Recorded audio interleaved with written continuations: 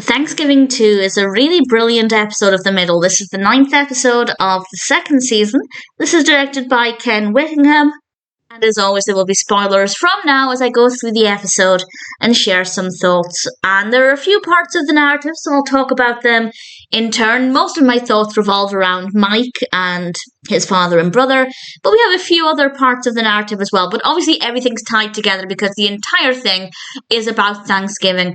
And initially, Frankie's really upset because her mother's not coming to Thanksgiving this year, but the aunts and Mike's father will be there. Well, Mike hasn't asked his father yet, but we'll get to that in a moment. Bob is also coming to Thanksgiving, and he's bringing his girlfriend. He's very happy that he has a girlfriend, and it just so happens that she's a librarian, and Brick is very excited about this as well. Nervous, but excited. And I'll talk about Brick first, and also Sue's involvement in this episode, and then we'll get in with the main narrative with Mike. Sue wants to start her own Thanksgiving traditions with Frankie, and Frankie thinks this is an okay idea, so she's trying to make a pie, and she cut herself on her finger, fair enough, and then she decided to peel the apple by holding it under her chin, and then she cut herself on the throat, which it made me wince. It really did. Not a good look for Sue. And then they ultimately get a frozen pie and put it in the oven, which, honestly, that's the way I would do it. So not a bad part of the narrative. It's nice that Sue wants to start creating her own Thanksgiving traditions with Frankie. Then we come to Brick. Brick meets the librarian. She's called Lisa. She's played by Laura Heisler. And I thought the character was pretty interesting. Brick looked great. He was dressed very smartly with a tie that had books on it, which I rather liked.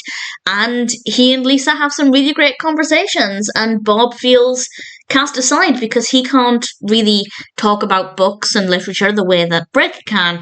And he starts to worry that Brick is going to steal his girlfriend. And to be fair, Lisa is spending a lot of time with Brick, which was maybe not the best thing because she's there with Bob, but also one could argue she's making an effort to talk to other people and not just being glued to Bob's hip. So I could see an argument for either way. But either way, I did enjoy that part of the episode.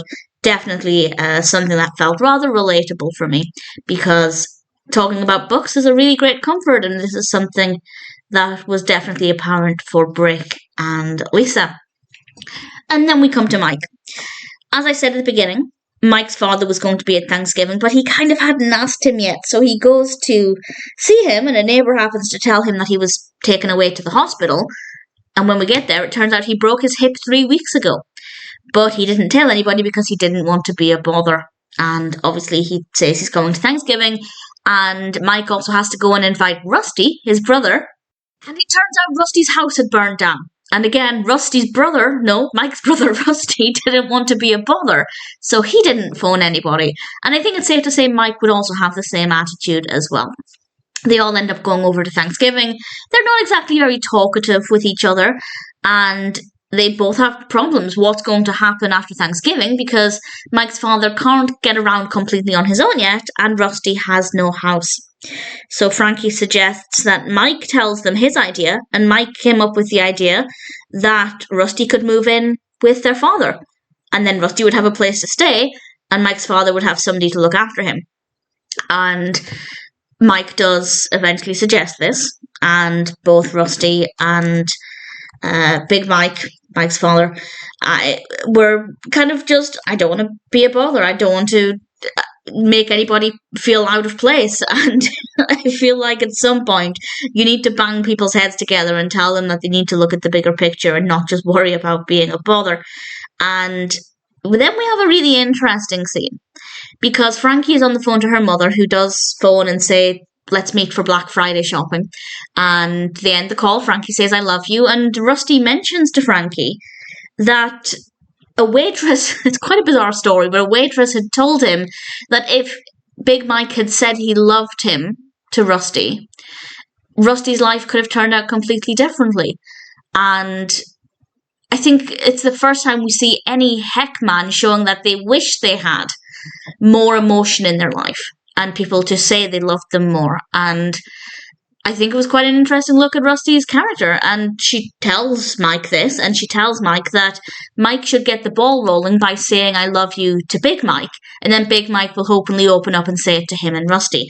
And it's unclear whether he's going to do this, but then we have this really great scene around the dinner table, everybody's gathered, there's food everywhere, it looks like a really lovely atmosphere, and I had a lot of respect for Mike in this moment, as I often do, where he decided he was going to say it.